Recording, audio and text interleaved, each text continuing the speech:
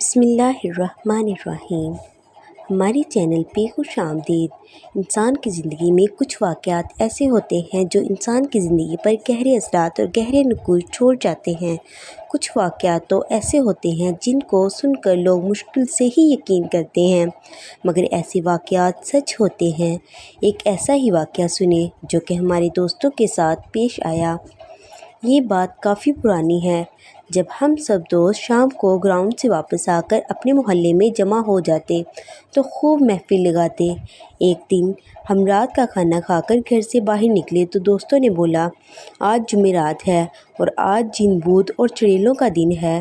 میں جن بھوتوں پہ یقین تو رکھتا تھا پر کبھی ان سے آمنا سامنا نہیں ہوا، تو میں اس کی بات سن کر ہنس دیا۔ اس نے میری طرف غصے سے دیکھا اور بولا، یہ جو گاؤں سے باہر کھیتوں میں جامن کا درخت ہے، اس پہ آج جن بھوت آئیں گے۔ اگر نہیں یقین تو سب میرے ساتھ جا کر دیکھ لو۔ ہم سب نے حامی بھر لی اور اس کے ساتھ چلنے کو تیار ہو گئے۔ میں اس دوست کا نام بتاتا چلوں۔ یہاں اس کا نام ندیم تھا اور وہ اکثر رات کو اکیلے کھیتوں میں گھومتا رہتا تھا، اسی لیے اس پہ کچھ دوستوں نے بھی یقین کر لیا تھا۔ ہم نے بھی یقین نہیں کیا۔ ہم 5 دوست تھے جس کے نام تھے عابد، ناصر، ساجد، مدثر اور ندیم۔ جیسے ہی عشاء کی اذان ہوئی ہم نکل پڑے اس کے ساتھ کھیتوں میں جن بھوت دیکھنے۔ رات کافی گہری ہوئی چلی جا رہی تھی تو ڈر بھی لگ رہا تھا۔ ابھی ہمیں چلتے ہوئے 10-15 منٹ ہی گزرے تھے۔ ایک کھیت سے بکری کے چھوٹے بچے کی بولنے کی آواز آئی۔ عابد نے بولا، رکو، یہاں پاس سے کسی جانور کی آواز آ رہی ہے۔ سب رک گئے اور خاموشی سے آواز سننے کا انتظار کرنے لگے کہ کس طرف سے آواز آ رہی ہے۔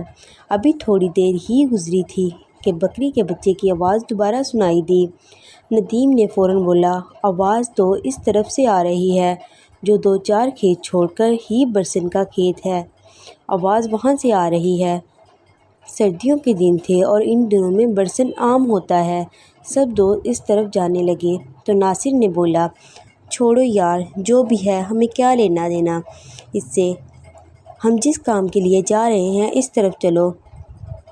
پر کوئی بھی نہیں مانا اور برسن کے کھیت کی طرف بڑھنے لگے۔ سب ہی وہاں جا کر دیکھا تو ایک چھوٹا سا بکری کا بچہ وہاں کھیت میں بیٹھا تھا۔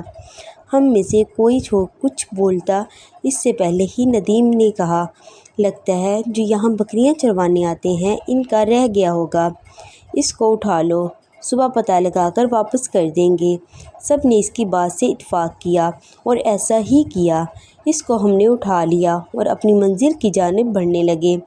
رات کافی گہری ہوتی جا رہی تھی اور ہمارے ڈر میں بھی مزید اضافہ بھی ہو رہا تھا، کیونکہ کھیتوں میں طرح طرح کے جانوروں کی بولنے کی آوازیں آ رہی تھیں۔ مدثر نے بولا، یار ہم کو واپس جانا چاہیے، آگے بہت خطرہ ہے۔ سب اس پہ ہنسنے لگے اور اس کو ڈرپوک کہنے لگے۔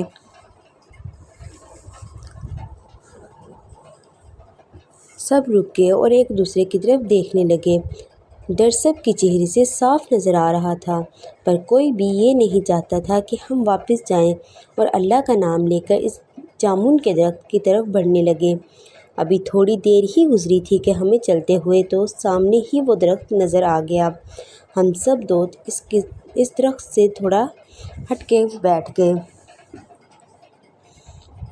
سب سے پہلے تو مدثر بولا، اس بکری کے گلے میں کوئی رسی وغیرہ ڈال دو تاکہ یہ کہیں ادھر ادھر نہ ہو جائے۔ سب دوست رسی ڈھونڈنے لگے۔ بڑی جلدی ہی ایک چھوٹی سی رسی مل گئی۔ اس کو ہم نے اس کے گلے میں ڈالا اور رسی ناصر کو پکڑا دی اور سب کی نظریں اس درخت پہ جمی تھیں۔ 10-15 منٹ ہی گزرے تھے کہ اس جامن کے درخت کے اوپر سے ایک باریک سی لال رنگ کی لائٹ نظر آئی۔ وہ لائٹ اتنی باریک تھی اور اتنی تیز تھی، یہاں بتانا مشکل ہے۔ وہ لائٹ کبھی درخت پہ جاتی، کبھی درخت سے نیچے آتی۔ ہمارا خوف کے مارے برا حال ہو رہا تھا اور ساتھ ہی پراسرار آوازیں آنا شروع ہو گئی۔ ہم سب نے اونچی آواز میں ورد پڑھنا شروع کر دیا۔ کچھ دوست تو وہاں سے بھاگنے کے لیے تیار تھے۔ ہم نے روک رکھا تھا، ان کو پھر سب نے ہی محسوس کیا کہ لائٹ اب ہماری طرف بڑھ رہی تھی۔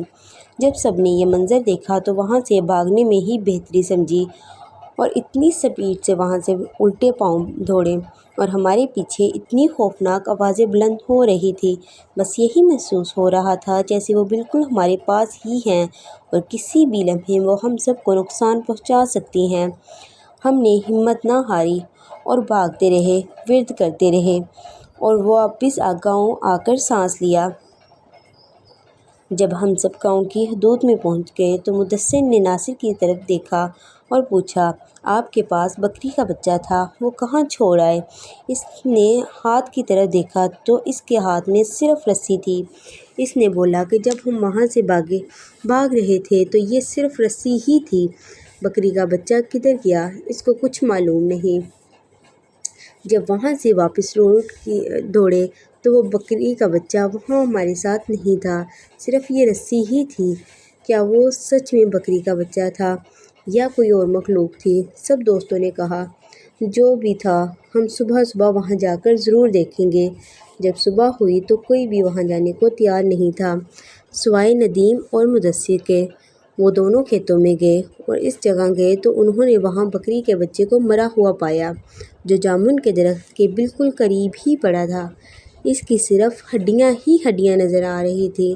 اس بکری کے بچے پہ گوشت کا کوئی نام و نشان بھی نہیں تھا۔